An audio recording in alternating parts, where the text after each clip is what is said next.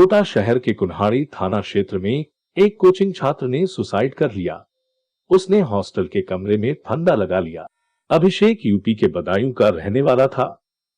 करीब 2 साल से कोटा में रहकर एक कोचिंग से नीट की तैयारी कर रहा था। उसके पास एक सुसाइड नोट भी मिला है जिसमें लिखा है, मैं अपनी मौत का खुद जिम्मेदार हूं। मेरे पर किसी का कोई दबाव भी नहीं है। आपसे माफी मांग रहा हूं। मैं अपनी मर्जी से कोटा में आया।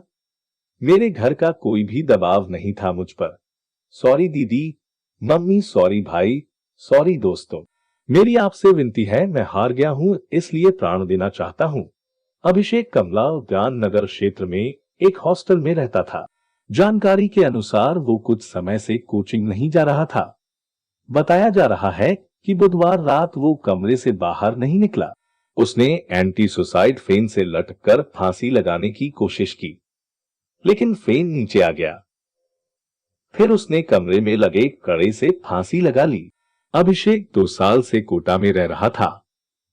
1 महीने पहले की कुन्हाड़ी इलाके के हॉस्टल में शिफ्ट हुआ था। वो कई दिनों से कोचिंग क्लास में नहीं जा रहा था। कमरे पर ऑनलाइन पढ़ाई कर रहा था। हॉस्टल में रहने वाले स्टूडेंट्स ने बताया कि पिछले 2-3 दिनों से अभिषेक के बर्ताव में बदलाव था। हॉस्टल में खाने की सप्लाई देने वाले राजेंद्र ने बताया कि मंगलवार को उसने खाना खाया था। बुधवार को 4 बजे उसने बताया था, मैं खाना खाने नहीं आऊंगा। उसके पास 2-2 नंबर थे। उसने मुझे जो नंबर दे रखे थे वो नंबर बंद रहता था और दूसरे नंबर से कॉल करता था। उसने कहा था कि मैं पढ़ाई करूंगा इसलिए खाना नहीं खाऊंगा। 8 दिन पहले वो लेट खाना खाने आया था।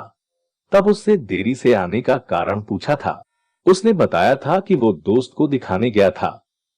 अभिषेक के पिता आराम सिंह ने कहा कि मुझे बड़ा दुख है। मेरे बच्चे ने सुसाइड किया है, दूसरे बच्चे की सुसाइड कर रहे हैं।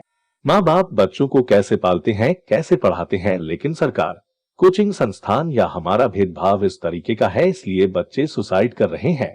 क्यों ऐसी स्थिति पैदा हो रही है? ऐसा क्यों बना रखा है कि बच्चे सुसाइड कर रहे हैं? मानता हूं कि डॉक्टर की पढ़ाई के लिए अच्छी शिक्षा होना चाहिए, लेकिन इतना तो ना हो कि स्टूडेंट सुसाइड कर ले। इस बारे में सरकारों को सोचना चाहिए। बच्चों के जीवन के बारे में सोचना चाहिए। माँ बाप का प्रेशर नहीं, कोचिंग संस्थानों का प्रेशर है। मेरे बेटे ने कभी नहीं बताया कि वह परेशान है या तनाव में है।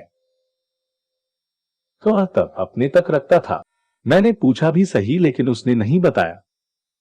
अगर मुझे पता होता कि वह सुसाइड कर लेगा तो उससे पहले ही मैं उसे यहां से ले जाता।